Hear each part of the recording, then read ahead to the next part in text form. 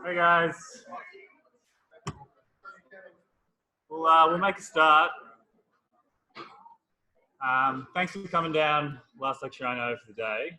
I'm Michael. This is we're going to run through Psych and Neuropharm. There's a bit of general anesthesia and also some clinical stuff on the MSE and MMSE.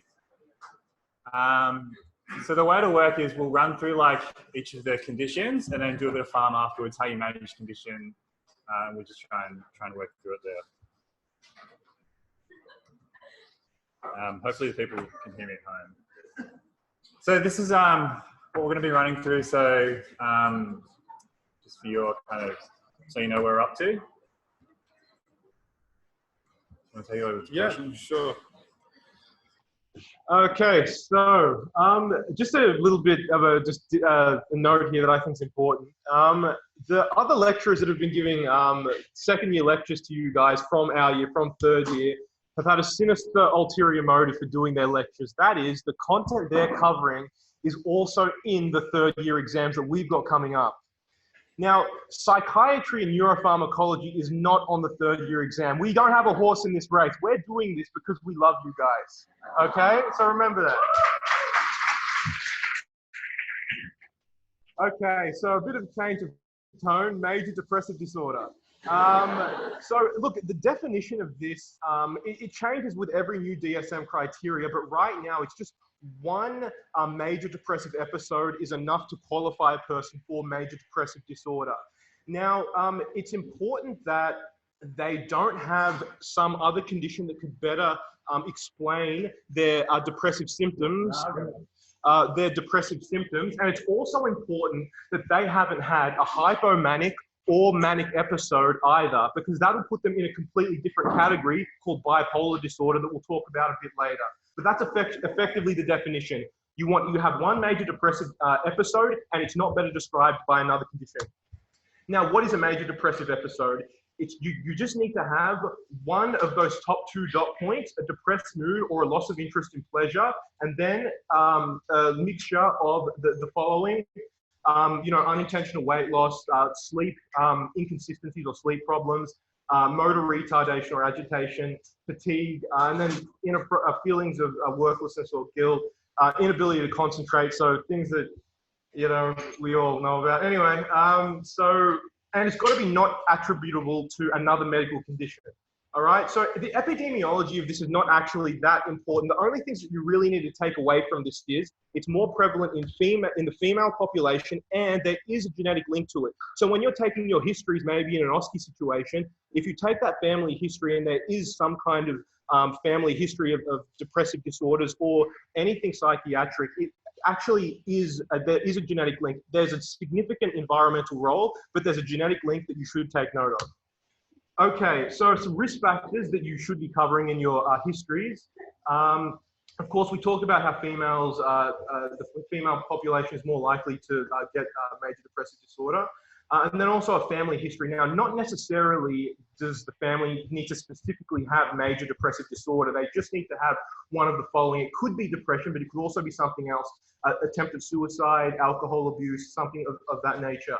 And childhood experiences. I mean, a lot of this stuff is really personal, and you need to, if in the very unlikely scenario that you get an OSCE of this nature, which you're probably not going to, we're going to talk about that in a bit more detail when we get to clinical skills.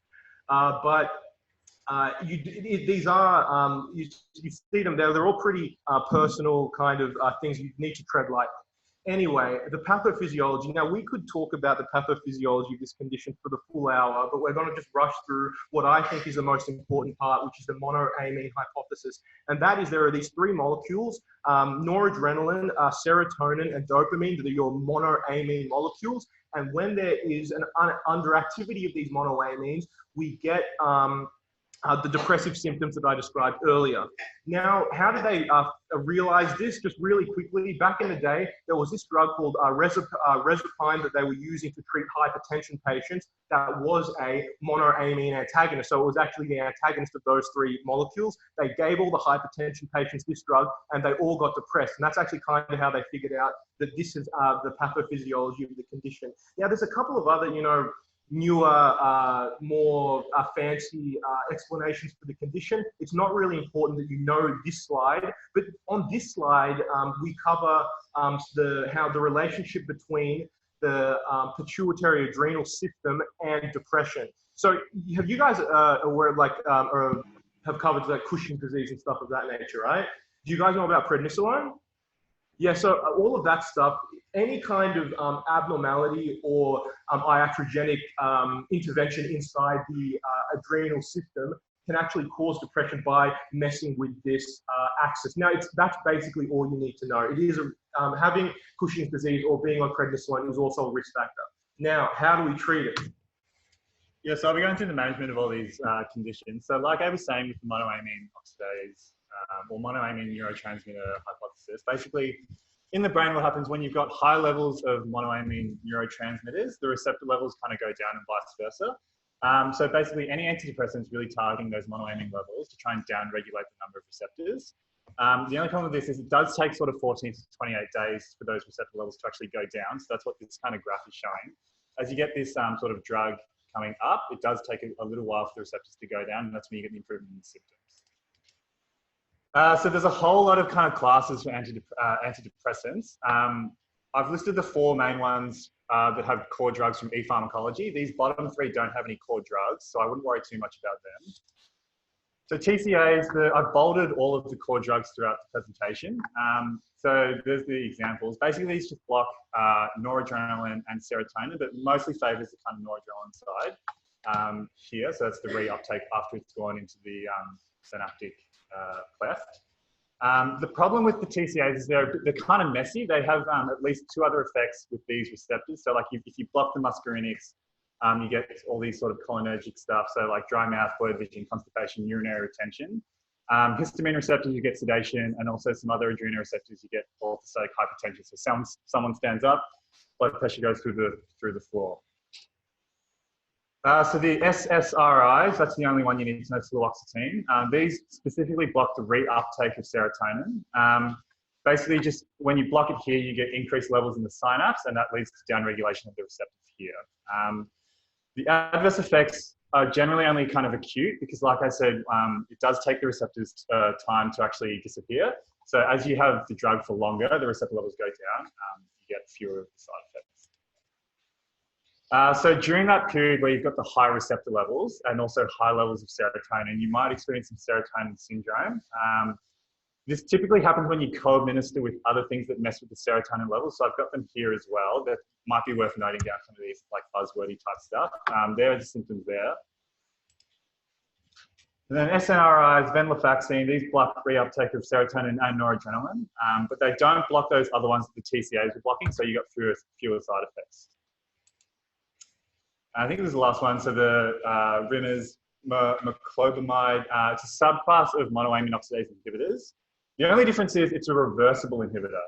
That's just why it gets its fancy little rimmer. And these target monoamine oxidase A. So once it's been taken back into the presynaptic nerve, this normally breaks it down. But if you block that, then there's more monoamine oxidase here that can be released later on. The only problem with them is if you stop the drug, the enzyme activity returns pretty quickly, 2 to 3 weeks. So it's really only a second line option. But you don't really need to know too much about what's first line, what's second. Okay, all right, so bipolar disorder. Now, bipolar disorder comes in 2 major flavors, bipolar type 1 and bipolar type 2. So bipolar type 1 is 1 manic episode, and then the manic symptoms need to actually lead to a hospitalization, or if there's psychotic symptoms as well, that also needs to lead to hospitalization. Now, it's commonly accompanied with a major depressive episode, but it's not necessary to have one to qualify as bipolar type 1. And then there's just a bunch of stats there. And then the other flavor is bipolar type 2. Now, this requires a major depressive episode and also 1 hypomanic episode, but no manic episode. So a good way of thinking about this is bipolar type 1 is more manic, while bipolar type 2 is more depressive, okay? So what is a manic episode and what is a hypomanic episode? So we'll start with a manic episode. So this just involves over the course of more than 1 week, present for most of the day, we're going to have at least 3 or more of the following. So elevated expansive or irritable mood, increased goal-directed activity. So if they've like got some brilliant master plan that they're just completely obsessed with, but they don't actually completely follow through with once the manic episode is over, that's a bit of a red flag for type 1. And then there's others, flight of ideas, so their thoughts are racing. Maybe they'll come into the clinic or wherever, or your OSCE station. They'll be talking super fast. They'll be all over the place. They'll be obsessed with this idea, but their thoughts are difficult to follow. That's called flight of ideas. Distractibility, of course, and we talked about increased goal-orientated activity. And then also another important thing, involvement in pleasurable activities with likelihood of negative repercussions, but they're not really concerned with those repercussions. So maybe they're, participating in a lot of promiscuous sex, maybe they're gambling like crazy, maybe they're making wild purchases of cars and homes that they can't actually afford. And then these symptoms need to be severe enough to impair the social or occupational function, and necessitate hospitalization. And again, just like every psychiatric condition, it can't be attributable to some other organic phenomena. Okay, and a hypomanic episode. So this is what I was talking about with the type 2 bipolars. So this is a bit shorter. It's lasting at least 4 days, but it's not, and it's the same kind of picture, but it's not severe enough to actually impact their social function, impact their occupational function. It's not going to lead to a hospitalization. Okay. All right. So the epidemiology of this is not really, don't get too caught up in this. It's just important, that it's generally an early presentation. These guys are pretty young. So they're around their 20s when they come in for that first manic episode. Okay. So some risk factors. I mean, a lot of these you'll see are actually similar to what we were talking about with major depressive disorder. But of course, it's young, early onset, so 25 years or so around, that's kind of the danger zone for this condition. And then anxiety, hypomanic characteristics. So just generally speaking, even when they're not having an episode, they might be strangely impulsive or aggressive. And then of course, substance abuse is kind of a thing with a lot of these conditions. Okay, so if you notice with depressive disorder, the main idea behind the pathophysiology of that was underactivity of dopamine, which is one of our monoamines that I mentioned before. But it's pretty much the opposite of that is a good way to think about bipolar disorder. So we have increased dopamine transmission that's going to have a whole lot of effects on different regions of the brain. And then, of course, as I've talked about, the way that the patient is behaving. So look, there's a whole lot of, you guys have had your neuroanatomy neurology lecture, right? That was yesterday or something? Today, okay. So you guys, I wouldn't get too caught up in this physiological side of the slide that talks about the different parts of the brain and, what changes where. It's kind of, it takes it a little bit too far. I think the main thing you need to be concerned about is the monoamines, that they're overactive in bipolar, underactive in depressive disorder, and then of course the symptoms I mentioned beforehand. And of course, management, is there anything to say?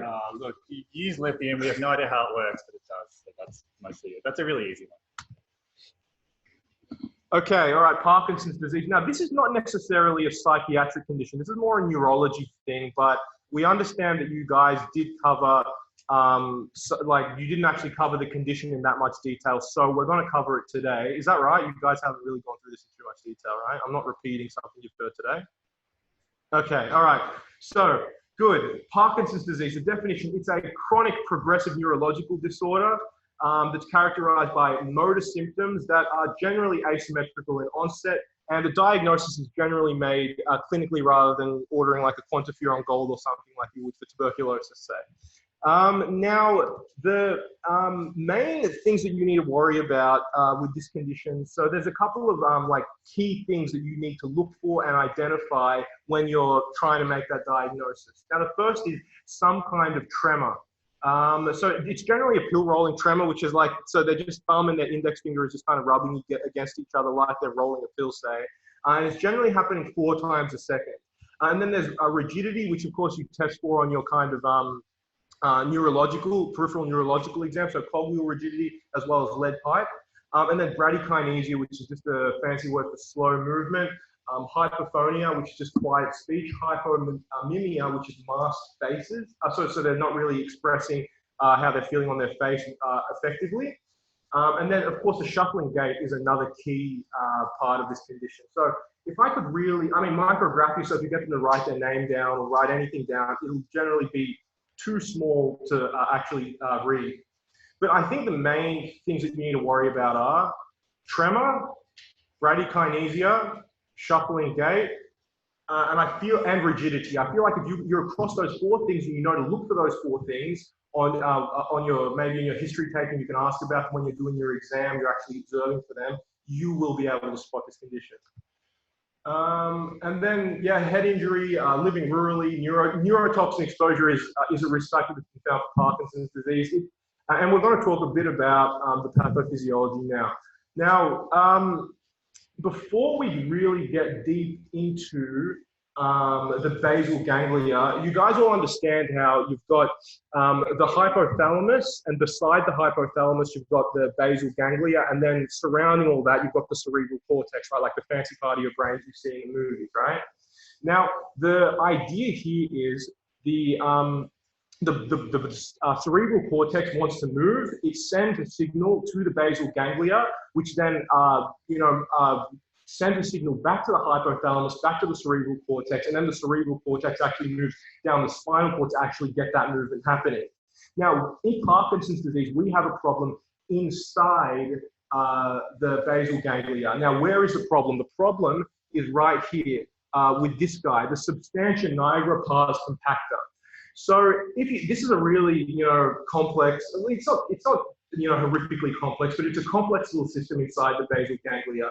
And I think the main takeaway from it is that inside the basal ganglia, there's this little guy here called the substantia nigra pars compacta, and he will release dopamine to the striatum. Now, dopamine can either be excitatory or inhibitory depending on what receptor it binds to. It is inhibitory if it binds to D2 and excitatory if it binds to D1. So the problem here is if the substantia nigra is not releasing enough dopamine to inhibit the inhibition of the striatum, the basal ganglia is not actually going to be able to stimulate movement the way it normally would. Do you guys understand? Does that make sense? So I'm not actually having a problem with too little excitation at the level of the substantia nigra pars compacta, although generally speaking, that is what we're having a problem with in this condition. But if you look at the pathophysiology, we're having a problem with not enough inhibition of inhibition. If it's a double negative, but I hope, does that make sense? Okay, yeah, okay, all right, good. So we can move on to trying to treat it. So yeah, it's all about dopamine, and there's kind of 4 big pillars of the management. So you want to either increase synaptic dopamine, which is here, and that kind of makes sense. Directly activate the receptors here, that also just kind of makes sense. Or you prevent the breakdown when it gets taken back up here. And there's also these other neurotransmitters that interact with dopamine. You can sort of play around with them to try and reduce some symptoms. So I've bolded here the core drugs that I'm going to go through. And I think just a side note with the Parkinson's management, I think it's much more high yield compared to things like depression and some of the other stuff we're going through. And levodopa and carbidopa is like quite a big one. So this is all about increasing the synaptic dopamine. So with the loss of the dopaminergic neurons, you're not getting that dopamine release. So this is all about sort of replacing that. If you administer levodopa by itself, it crosses the blood-brain barrier and is converted by DDC within the CNS. The problem is that more than 90% of that is actually peripherally decarboxylated, so none of it really reaches the CNS. So it's like almost useless to just give them levodopa. You've got to give it with carbidopa as well.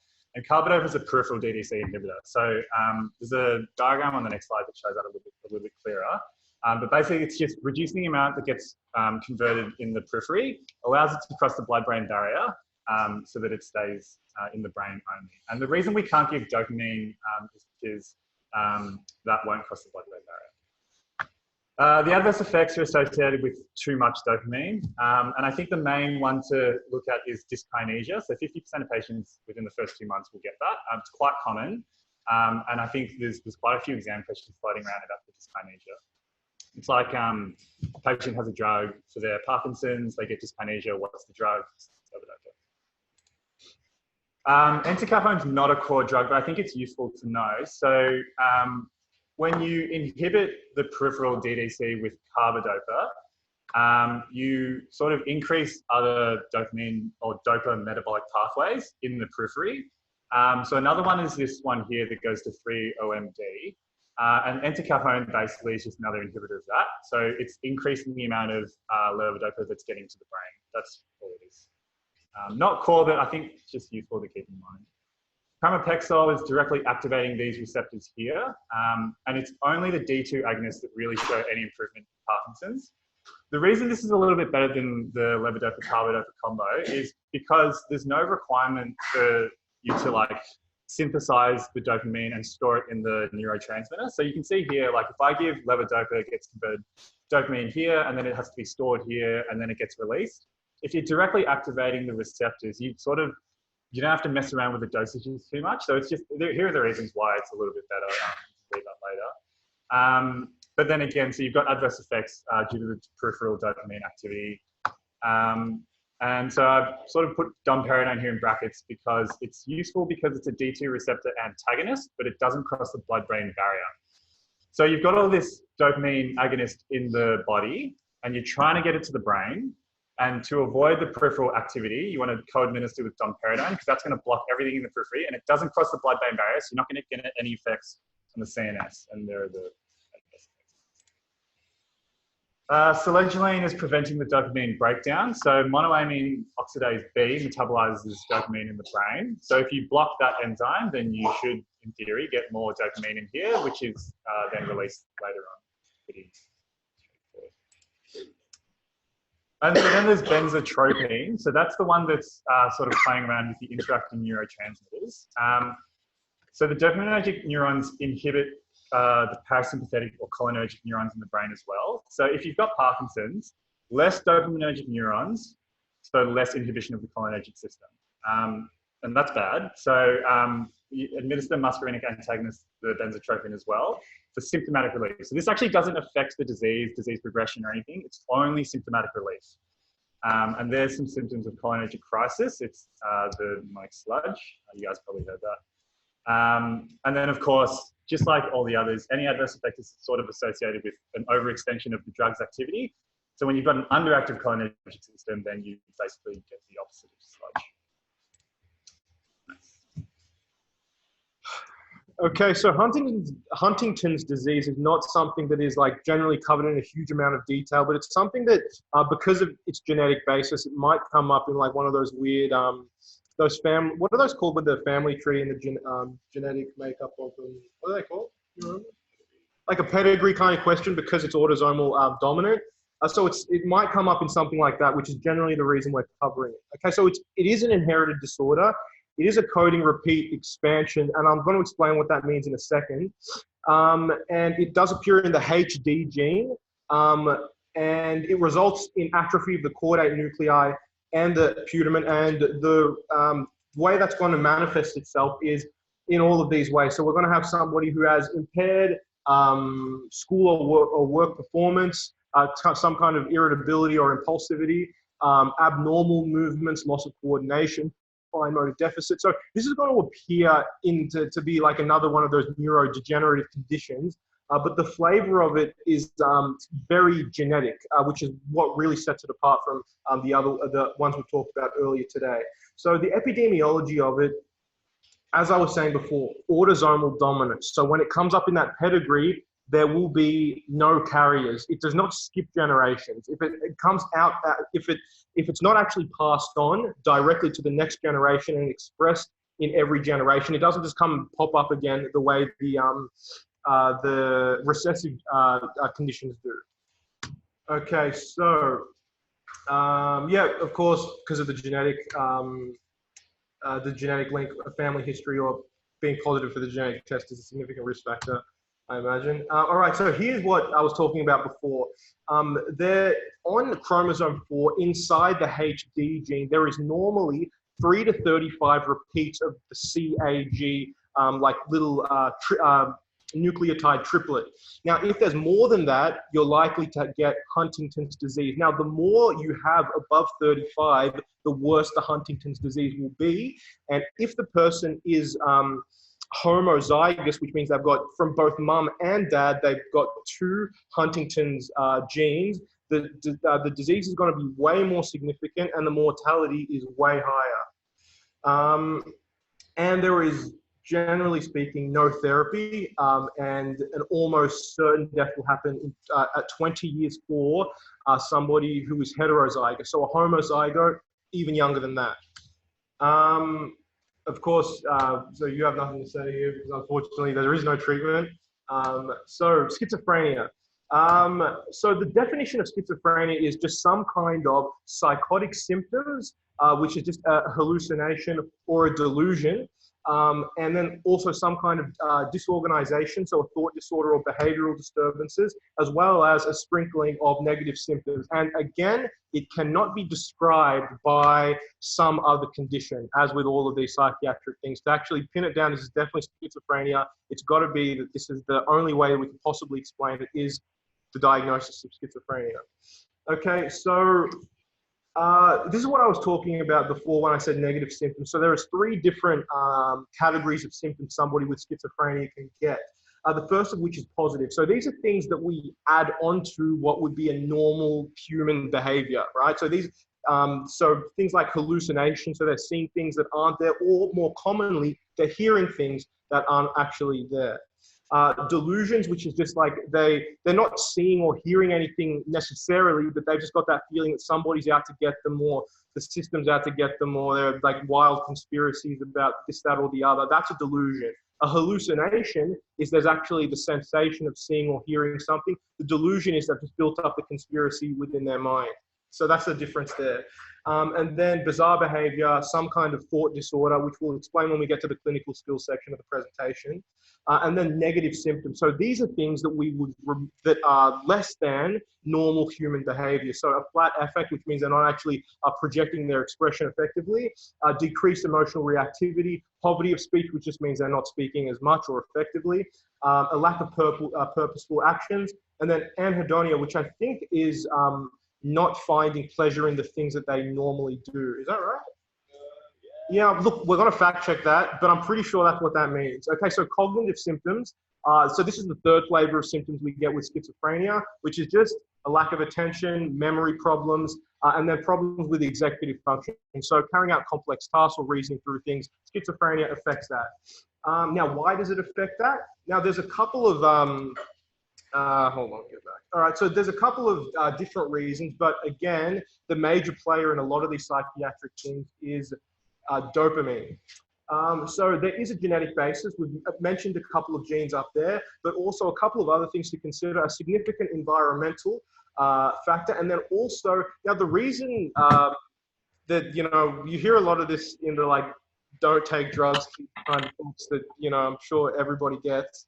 But there's actually a scientific link between the use of psychoactive drugs and schizophrenia, not because it causes schizophrenia, but because it's kind of a kindling mechanism, in that if a person is genetically made up to already be more likely to get schizophrenia, a drug is more likely to actually activate those genes or those abnormalities and actually make it present itself in the phenotype.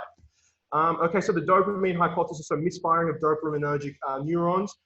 And how do we know that? Well, we know that because if you give somebody medications that actually act in that manner, then they will actually get schizophrenia. And if you actually check the dopamine levels in somebody with schizophrenia, they're higher. So that's actually how we figured it out pathophysiologically.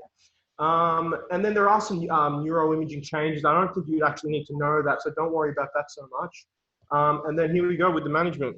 So manage schizophrenia with antipsychotics. Antipsychotics aren't only used for schizophrenia, but that's what you treat it with. So they're all dopamine receptor antagonists, and they're inhibiting, well, their primary goal is to inhibit dopamine activity in the mesolimbic pathway. So you get like psychomotor slowing, emotional quieting, affective indifference, inhibition of aggression, so really toning everything down. And then so there's sort of two main categories of antipsychotics, typical and atypical. So with the typical antipsychotics, I've got the core drugs highlighted down there. 30% of patients will respond completely to typical antipsychotics, and they're quite good for positive symptoms especially. The negative and cognitive symptoms, not so much, but they do reduce hospitalizations, institutionalization. They're not a cure, but they do sort of improve quality of life of the patient and those around them. So there they are. Chlorpromazine, you can see, so it's a weaker D2 blocker, but it has effects on all of those other ones listed there. So you get the sort of the same side effects as I mentioned with the TCAs, with the sedation, postural hypertension, and the cholinergic blockade. Haloperidol, on the other hand, so it's more specific to the D2 receptors. You don't have that kind of scattergun adverse effect profile, but it's more potent as well. So you've got more severe extrapyramidal effects due to nigrostriatal pathway blockade. So that basically just means you get drug-induced Parkinson's. So it's sort of weighing up which one's better for the patient. And I think there are a few exam questions floating around about like why haloperidol is different or better or worse than chlorpromazine. So in the atypicals, they're blocking the 5-HT2A receptors, and that's upregulating dopamine in the mesocortical pathway. These are more effective for the negative symptoms, and also the positive symptoms work pretty well there. I don't think the reason is important for you to know, but I've included it in the speaker notes for the slides you'll get later. Just if you're curious, you can have a read about that. Yeah, the cognitive symptoms, and there are the core drugs. And so then there's kind of like the comparison of the different blockades. And so just by looking at that, you can sort of think, well, if you block this, you get these effects. So you can sort of work out what sort of side effects there are.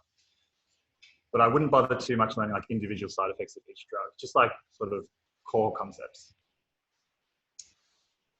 So then just like general adverse effects, like I said, inhibition of the dopamine in those pathways. So the nigrostriatal is the drug-induced Parkinsonism, and that's like the motor symptoms, the bradykinesia, the tremor, the rigidity.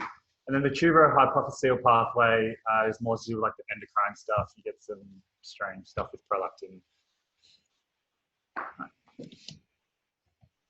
Alrighty, so the next one, epilepsy, which is also a neurological thing. A psychiatrist wouldn't actually deal with this, but we figured it's an important one because some of the MCQs you might get will actually describe a seizure and then ask you to identify the seizure. So we're going to run through a lot of that under the epilepsy section.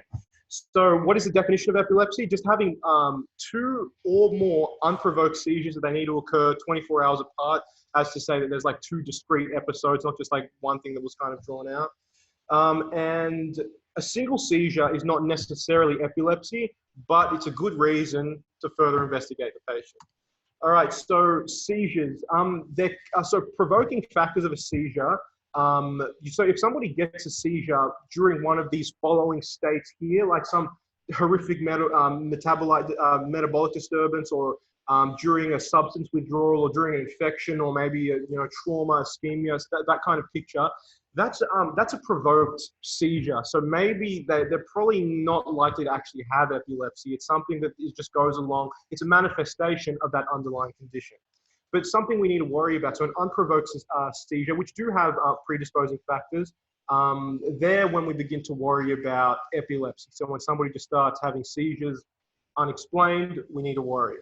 Okay, so, and there's some other factors there, sleep deprivation, loud music medications that can also predispose to a seizure. But let's talk about the seizure type. So this is where our MCQs might be. So there's the simple type, and that means the person actually stays conscious for the entirety of the seizure, and then there is the complex. So they actually are going to fall unconscious, and this is a sign of more of a frontal or temporal lobe involvement in the seizure. And typical features of a partial seizure are a preceding aura, so they actually know that it's about to happen. They can tell that they're about to have a seizure, similar to a migraine aura. When a patient knows they're about to have a migraine, they've got that odd feeling. Same for a partial or focal seizure. The jerking movements, and of course where the jerking is happening is depending on the area that's affected. And then these strange like automatisms, so just strange movements that they're not actually conscious of. And then a post-ictal phase. So after the seizure, after a partial or focal seizure, they're going to be, they're going to be feeling funny for a while. They're going to be confused. They're going to have a bit of a memory issue of what actually happened during that episode. And they're going to have a bit of muscle pain, potentially even a headache as they come out of that seizure. And then the next type, the generalized seizure. Okay, so there's a lot more subcategories here, but they're not too complex. So the types of generalized seizures are tonic, which means that they're getting really tense and really tight and difficult to move. And atonic is when all their muscles relax and they might flop out onto the floor or something. Whoops. Okay, and then the clonic seizures are the convulsion. Now this is the Hollywood seizure, the generalized clonic seizure, when they start like writhing everywhere, foaming at the mouth, the one you see in the movies. That's clonic. And then myoclonic is just a similar kind of flavor, but less theatrical. Okay, so the tonic-clonic, the grand mal seizure is something else worth knowing. So, now does this? You wrote this, right? Yeah. So does that mean it results in sleep disturbances or caused by sleep disturbances? So the prodrome is like in the hours or days previous to the seizure. Oh, sorry, man. So sort of preceding the seizure, it's not an aura because it's not minutes beforehand. It's like in the sort of days beforehand. They'll have sleep disturbances, mood changes. These are all kind of signs that something's brewing. The actual seizure is the tonic phase. It's like they go sort of tonic and then they start jerking. So that's like the actual seizure itself. And then there's the post-ictal phase, just like in the partial focal seizures. So same things, unresponsiveness, confusion, anterograde amnesia. Do you want to talk about the...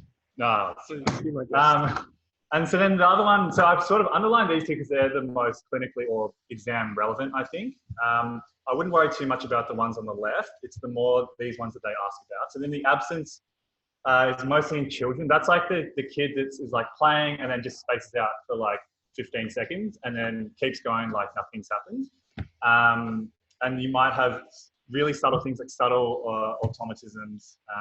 But these aren't crazy. You won't really notice them unless it's for a really extended period of time. So then kind of the pathophys of seizures themselves, you can sort of break it down really easily into two things: too little neuronal inhibition or too much excitation. So the main excitation kind of pathway is glutamate binding to NMDA receptors in the brain, and you're opening sodium and calcium channels that's depolarizing the neurons.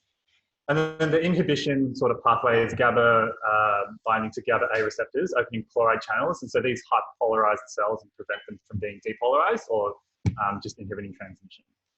So then the management kind of flows on from that. It's really simple. So either you just want to stop the glutamate transmission or enhance GABA.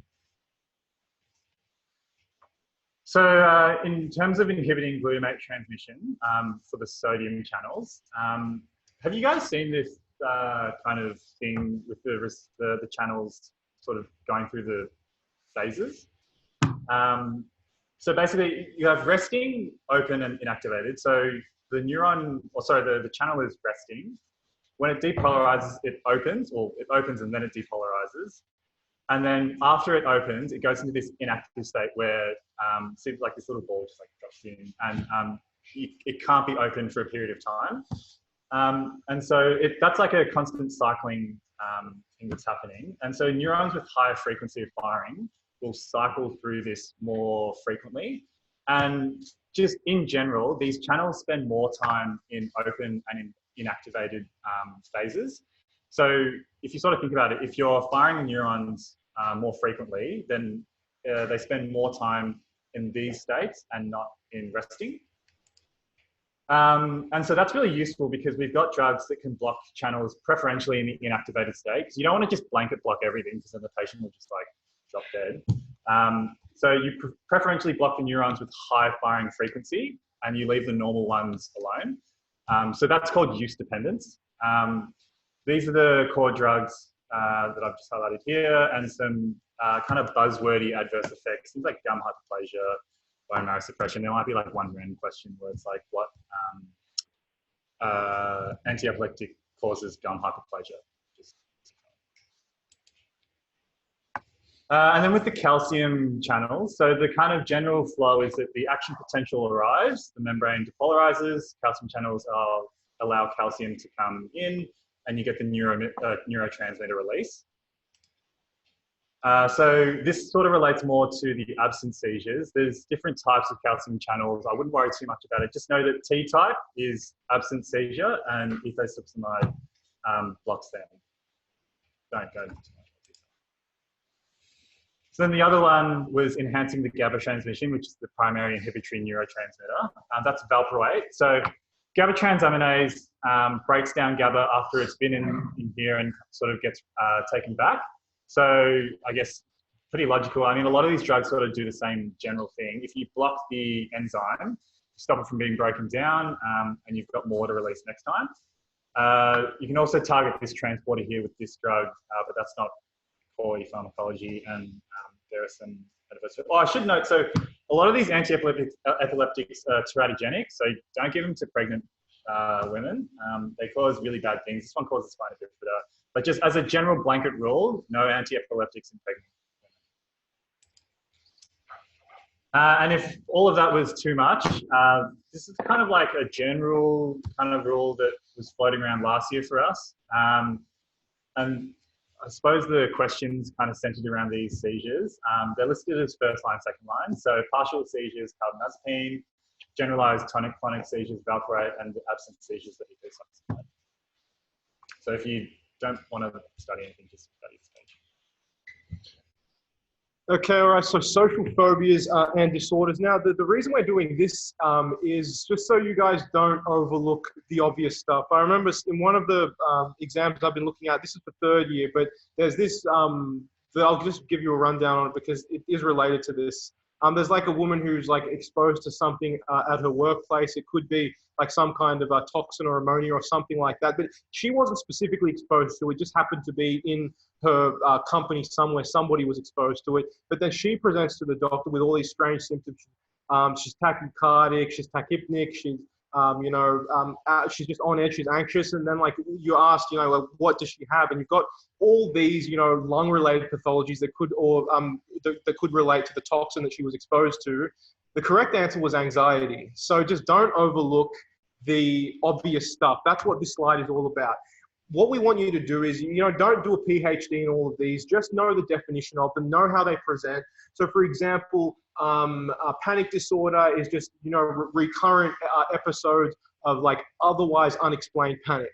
That's all it really is. And then basically you're going to want to treat that in ways that we've already covered all of the drugs in this column. So they kind of just repeat themselves here in these kind of phobia and anxiety disorders. Now, agoraphobia, a good way of remembering that is the agora was where in ancient Greece, I'm pretty sure, any historians you can correct me, is where they used to gather, like the people used to gather and like vote on stuff in the first democracy. They used to gather at the agora.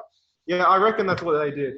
So agoraphobia is just anxiety in public places. And then you treat it the same way you would panic disorder because it's a similar kind of thing. Social phobia, pretty obvious. OCD, this is just the guy that needs to check the light switches off 17 times before he leaves the room, or the guy that needs to check that his car is locked 3 times, like I just did. And then there's PTSD. So look, if let's say somebody has got, alcoholic liver disease, and then, as you go through and take the history, you also find out they happen to have had some childhood trauma, or maybe they're a veteran or something like that. You need to begin to worry about a post-traumatic stress disorder. And then GAD, what's GAD stand for? Well, it's obviously very low yield because we made it through second year without knowing that, so don't worry about it. And then now this is all like pharmacology flavored stuff, so this is all yours. So there aren't too many questions. You might get like probably 2 questions on these in your exam, so I'll just sort of fly through them. Sedatives and hypnotics, probably worthwhile knowing the difference. So sedatives, I think they also call like anxiolytics. So they basically just reduce anxiety, but they shouldn't have any effect on mental function, and that's benzos. Which I'll get into in a second. And then hypnotics are all for like sleep. So encouraging onset and also maintenance of sleep. A lot of them are also dose dependent. So like low dose will produce sedation, but then high dose will send them to bed. So then benzos, the only core drug is diazepam. There's a couple of other examples worth knowing in the next slide, but diazepam is the only e-pharmacology core drug. So they enhance GABA action at the GABA A receptors. So again, inhibition. And they sort of produce all these things that make sense. And so, like I said, there are quite a few examples. They all differ based on their half-life. So if you want sort of prophylaxis for anxiety or epilepsy, you want a longer half-life because that's going to last longer. You'd have to take a pill every 3 hours. But if you just want to go to bed, you take a short-acting one that's like 30 minutes or whatever. So here are the different examples. So like midazolam is a really short-acting one, and they typically in hospitals they'll use that like if someone's having a seizure. Normally you leave people with seizures alone until they finish, but if for some reason the doctor really wants to end the seizure, they'll hit him with midazolam, and that'll stop everything. Whereas diazepam's used more like long-term management of anxiety or depression or things like that. Might just be worth knowing these the usage columns. But so the thing with benzos, they're a bit of a tricky drug. So there's a couple of things to consider. The first is they're actually not great for anxiety or insomnia. They do get used, but sort of there's no real strong evidence there, and there are other sort of alternatives. They're also really addictive, and you'll see this a lot next year. Lots of people come in with just like addicted to benzos. And so what they like to do is they give them brief courses that are interrupted by like drug holidays kind of. And when you do want to take them off, you really got to lean it down. Something like Pred as well is something you want to lean down just so they don't go into withdrawal and you get bigger problems. And then longer breaks as well are also pretty good. And also they're helpful just determining like if they stay on the drug for 3 months, then let's try 3 months off. And if it turns out they're fine, then maybe we can just stop the drug completely. And so then if you want to go beyond the hypnotic effects, that sort of leans towards general anesthesia. And then if you keep going, they'll just die. And some adverse effect is kind of like alcohol actually. So have too much to overextension of the effects, and you get things like drowsiness, confusion, ataxia, tachycardia. I'm sure you're all yeah, so when people get put under GA for surgery, the kind of general flow is they'll get a sedative plus minus a hypnotic, and then they'll hit them with the GA. And the GA aims to make sure that they don't feel the surgery, they're not awake during it, they're not moving, there's no reflexes. And so there are kind of these ideal characteristics of a really good general anesthetic. You want rapid induction and recovery. You don't want them like lying on the bed for an hour while you're waiting for the GA to kick in. You want a wide therapeutic window. So you want really big margin of error. So you're not like sort of tiptoeing between toxicity and no effect. And yeah, minimal toxicity and adverse effects obviously. So there's two main types of GA. There's intravenous and inhaled. I'll go through intravenous first. So these work really quickly. So they're good for like really short procedures or induction into longer term anesthesia. But they're not really that good for maintaining someone while they're in the middle of surgery. Thiopentone is an ultra short acting barbiturate. So you get like really rapid, 10 to 20 seconds it's kicked in, and it lasts only 5 to 10 minutes. So it's got rapid access to the brain. And the problem with that, I guess, is also that it's readily distributed to other compartments of the body. So that's why it sort of lasts for only sort of a few minutes. So if you sort of look here, it's sort of in the blood here, and it drops really quickly, and you get really good action with the brain early. But then as time goes on, it sort of redistributes to the muscle and the fat, and you lose the effect on the brain. Propofol, not much to say here, just it's commonly used for like day procedures. When people get like gastroscopies, it's not really that bad of a or invasive of a procedure, they just get propofol. Ketamine, again, for induction or just like really short painful procedure. I think some note on like kids in hospital sometimes get it when they're like, they don't want really painful stitches removed or something, they just get like a little bit of ketamine. Yeah. And then inhaled GA. So this is kind of more relevant. These are gases or volatile liquids, and they're highly lipid soluble, which means they're able to get through the brain really quickly. And so their potency is also related to that solubility. And in general, they all sort of work on this TREC1 potassium channel to hyperpolarize the neurons and prevent them from firing, so that it just dulls everything down. And I think an important thing to note is when you recover from a GA, it's not because you metabolize it like with other drugs, like through your liver or through the kidneys. It just redistributes around the body. So as long as it's not in the brain, you're not going to be asleep, I guess. So from a pharmacokinetics point of view, there's one thing you need to know about. It's a blood gas partition coefficient. And I think this was actually quite confusing when we got taught it. So basically, it's the ability for an anaesthetic to diffuse across the lungs into the blood. And that's basically a measure of how soluble it is in the blood. So basically, higher coefficient, higher solubility in the blood. The problem with high solubility is that they sort of get lost in different compartments other than the brain. Whereas the anesthetics that stay in the blood, because they're not very soluble, they sort of move quicker to the brain and they've got more, a faster induction time. So I guess the one thing to take out of that, a low coefficient equals faster induction. That's like the one practical point out of that. And so you've probably seen this diagram in one of your lectures. I've sort of added a little bit because I didn't find it very clear. So basically this is something with high solubility. So it's spreading around in the blood quite easily, and then it's going to things that aren't the brain, and only a little bit reaches the brain, and it takes forever as well. Whereas when you compare it to something like nitrous oxide, which has low solubility, it sort of stays, it's not diffused in the blood, but it stays in the blood, and then it gets carried to the brain and doesn't redistribute like fat and muscles. So that's going to have a faster induction time. Now, from a pharmacodynamics point of view, the potency is measured by the MAC, minimum alveolar concentration. It's just the concentration of anesthetic that results in immobility in 50% of patients when exposed to a noxious stimuli, like being cut for surgery. So the lower the concentration required for that, the more potent. And that's just that kind of main thing. And here's a nice summary table of all the different core drugs as well. So low coefficient, faster induction, and also is the potency. All right. Okay, so the clinical skill side of things is the last thing we want to cover, but there's just one thing that I want to clarify that I didn't do such a good job of before when it came to this guy here. Okay, so GAD is generalized anxiety disorder, and it is different to panic disorder in the following ways. Okay, so panic disorder is they've got these short bursts of panic. So they've got these episodes of panic. They'll have palpitations, they'll have nausea, they won't be feeling well, but the episode will generally end. It's an acute little moment, but it happens again and again. Generalized anxiety disorder is just long-term. They always feel anxious about something. There's no distinct moment where they threw up or they had palpitations or they were breathing too fast that they can actually point to. It's a general drawn out kind of condition. So that's the difference there. So I figured, yeah, it was important to clarify that.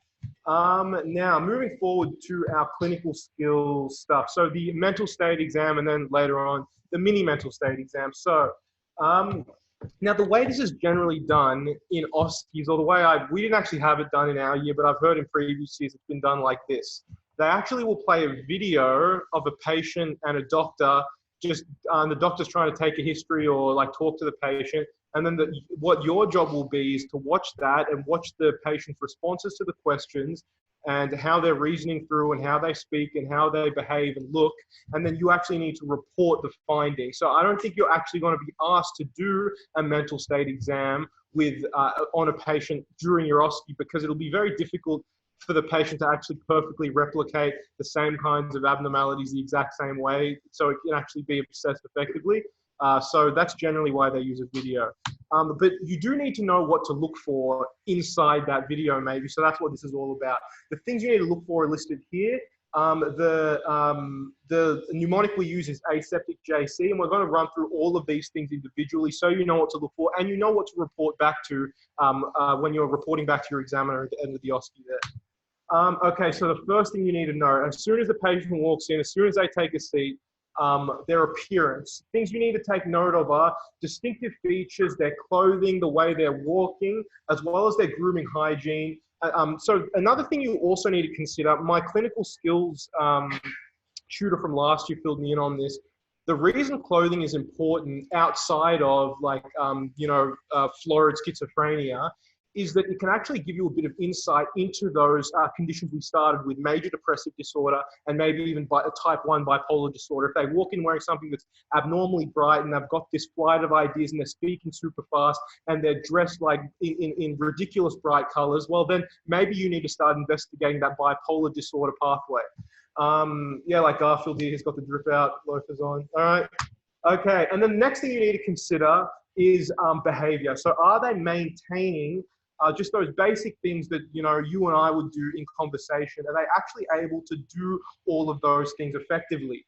You need to mention, look, you don't need to go into a tremendous amount of detail with these first two, with appearance and behavior, but it's important that you just mention them briefly at least. So like, is there anything really abnormal about are they failing to keep eye contact? Is their facial expressions like grossly out of sync with what they're saying or what they're being asked?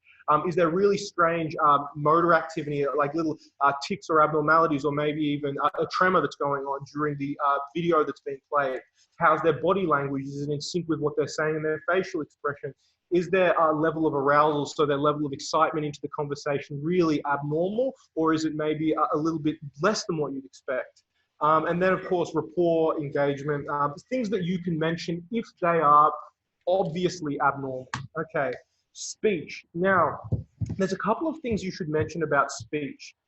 Mostly tone and volume, but also quantity is an important one. Okay, so the way to think about speech is, first things first, are they speaking too fast or are they speaking too slow? Which is kind of as if to say, if they're speaking too fast, we need to begin to worry about bipolar type 1, schizophrenia, things of that nature. Are they speaking too slow? Maybe we need to start investigating bipolar type 2, major depressive disorder, that kind of thing. Not to say that like that's diagnostic, like, oh, how fast are they speaking words per minute, and then diagnose them. It's just something that's going to inform you in what you're going to investigate next. And then quantity of speech is also in a similar vein. You're going to use it in the same way I explained rate of speech. And tone of speech is the same as well. And then volume of speech, are they screaming their head off like this guy here, or are they actually speaking in a way that would be acceptable inside that setting of being in the doctor's clinic? A lot of this stuff is common sense stuff, but we're going to come to something here. Here we go. So something that is actually worth going into a little bit of detail about. Okay, so we need to get an understanding of the patient's mood from this video, which is all like, it's actually easier to do this if you're actually taking the history from the patient, but in the video, this is a little bit harder to do because you're not actually the one asking the questions. You're based on whatever questions have already been asked and recorded in 1983, you have to be able to report on mood. So mood actually refers to the patient's inner feeling. It's not what they're actively projecting outwards. So this is based almost 100% on what they tell you they're feeling and whether you believe what they're telling you about what they're feeling, okay? So you can ask a couple of questions here about, how are you feeling, what's your current mood, and then or you have to listen to the response in the video, and then you kind of have to assess using, your vocabulary. You try and pin that down, describe it as effectively as you can. So a couple of good descriptors that are out there, like, are they obviously depressed, feeling low, or are they like anxious, on edge, or they might be feeling irritable, angry, or it might be completely over the top, like they're ecstatic, or they're throwing a complete tantrum. Well, actually, no, that's affect. You see that? Just got it mixed up. Mood is what they're feeling inside. So if they actually report, I have been feeling down, that's when you begin to worry about they're feeling depressed. But if they say, I've been feeling generally okay, that's generally the normal response that we get. But then if they begin to start saying that they've been frustrated for a long time, then we say their mood is generally frustrated or generally angry. Now, affect. Now, this is the difference here. Okay, affect is what they're actually projecting outwards, what you can see on their face, what you can see in their movements, their body language. So this is the obvious stuff. And they, the quality of the affect is an important one. So are they, euphoric? Are they loud, happy, ecstatic, or are they like really drawn in, sad, or are they, maybe a little bit, confrontational, a little bit agitated? So that's the quality. Now the range is another thing. So the range is how much they actually deviate from their baseline. Like, are they super monotone and they won't actually deviate too far from that, that single, one kind of behavior, or do they jump around all over the place the way, say, somebody with bipolar might, or the way somebody with schizophrenia might? And then intensity of affect is similar. I feel like I've kind of explained that in there already. And then fluctuations is what I said, deviations from baseline. Now, perception. Okay, now this is what I was talking about before with hallucinations versus illusions versus delusions. Okay, so a hallucination is a sensory perception. More accurately, it's a false sensory perception, because there is no external stimuli that is actually there, but they are reporting that it is there. A pseudo hallucination is the same thing, but the patient is aware that it's a hallucination. So yeah, they're self-aware, but they still are getting that sensory input, but they're aware that it's not real. A pseudo hallucination you might actually get in somebody who's mourning the death of a close loved one, but a hallucination is something that you might get in florid schizophrenia. Okay, illusions are incorrect perceptions of objects. Like, this happens to everybody all the time. If somebody describes an illusion, it might be a sign that they're grieving. It might be a sign of some kind of depression, but it's generally not a giant red flag for those conditions we talked about before. But a delusion, which is strangely not on that slide.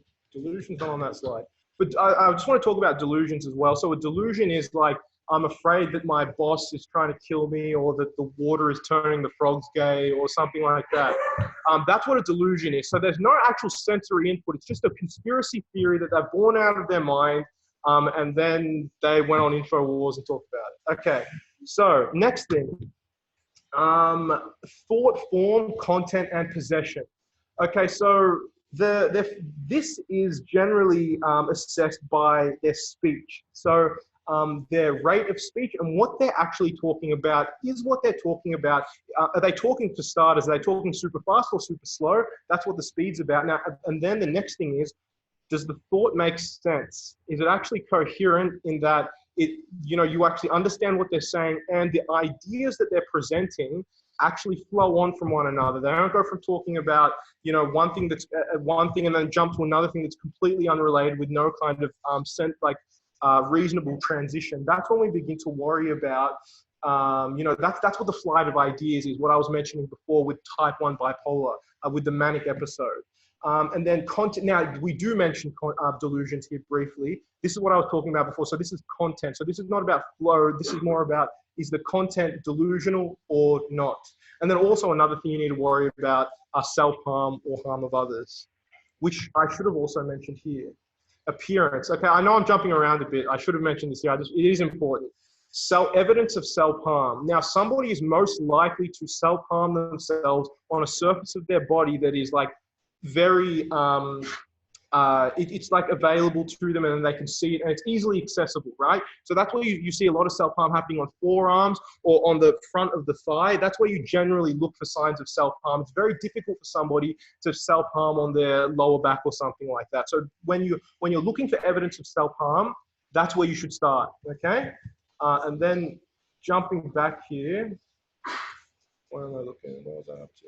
All right, possession. Now, this is also to do with the whole hallucination, delusion thing. So if they feel like the thoughts that they're having are their own, that is to say that there's nothing really abnormal about their thought possession. But if they feel like their thoughts are being planted in their mind, that's said to be thought insertion. If they think that they're having ideas but they're being stolen, that's said to be thought withdrawal. And then thought broadcasting is that feeling where they feel like people can hear their thoughts. So 3 different things there. Now look, it would be a real flex if you pulled out those 3 terms of thought possession inside your OSCE, inside your report back in the OSCE. But I don't know if it's as important as thought form and thought content. Okay, now insight. So this is basically the patient's ability to like understand their situation, or maybe their self-awareness. So this is to say, is the patient aware that the problem that they're experiencing is normal, or are they really not aware of that? So when you report back, you would say the patient seems to display an adequate amount of insight, or you could say a complete lack of insight if they feel like this problem is something that is, you know, super rare, it's just happening to them, or to say that something that is completely shows a lack of self-awareness, you could say that they show a lack of insight. And then our cognition. Now this is more closely assessed in the mini mental state exam. We're going to talk about that in a minute. Okay, we've gone over an hour now. We're almost done. A couple of slides left. Cognition is like their ability to actually do like more complex thought-driven things. So like actually carry out tasks, listen to auditory instructions, and then execute the task, maybe do something motor, so do something with their fine motor skills with their hands, write something, fold something. We assess that in a mini mental state exam. But you should also assess that and comment on it in the general mental state examination. Judgment. So basically, a good way of thinking about this is, I'm not certain that it's actually problem-solving ability. It's more like their ability to reason through things in a way and actually show that they have an understanding of repercussions, whether that be financial, social, emotional, and they've actually got an understanding of what their decisions will actually do in the long term and short term. So that's a good way of thinking about judgment. Now, here's what I was talking about before. Mini mental state exam. This is where we really focus on what's the patient's cognition like. So we ask them to do a list, like a bunch of tasks, one after another, and then we score them on how they were able to execute those tasks.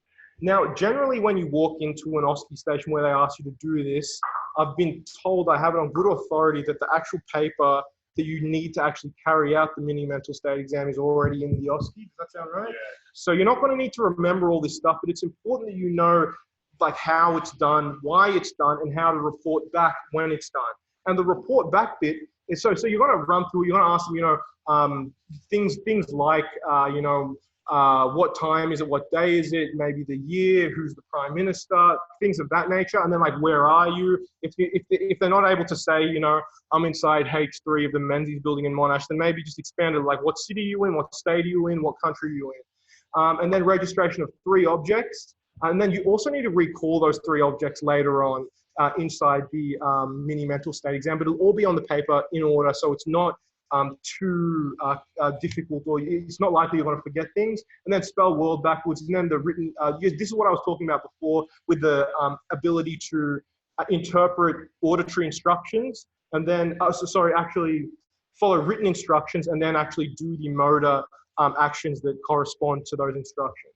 And then, of course, you have to rate them on whether they're impaired, severe down at this end, or whether they're normal up at this end, or scoring a full score. And now we've got a couple of questions. Is there anything you want to say before the question? Okay, so we've got a couple of questions we want to run through here. And how are we going to do this? So you just shout out the answers? Yeah. Yeah, just shout out the answers. Once you've got a good idea, just shout it out.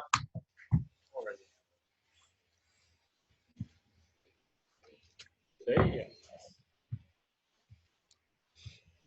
Oh, I actually didn't run through this, but this is like pretty buzzwordy.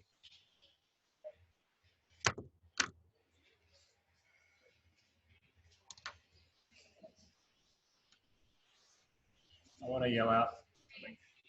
There.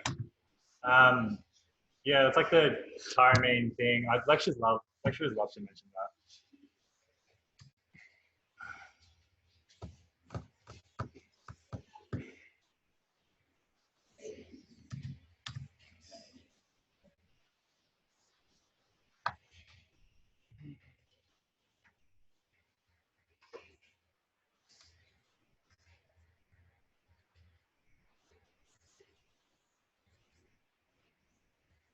Any takers?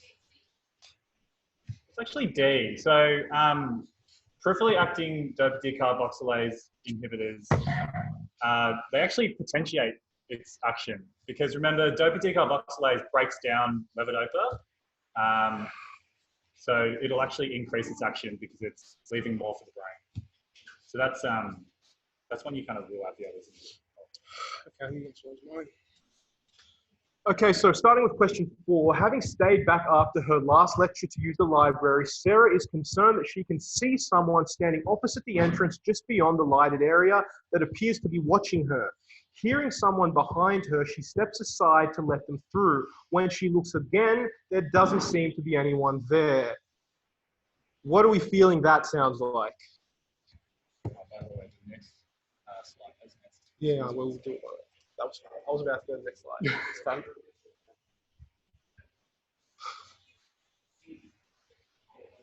What are we feeling? Does anyone actually say that? They're more like engaging. Yeah, I know, but that's this year.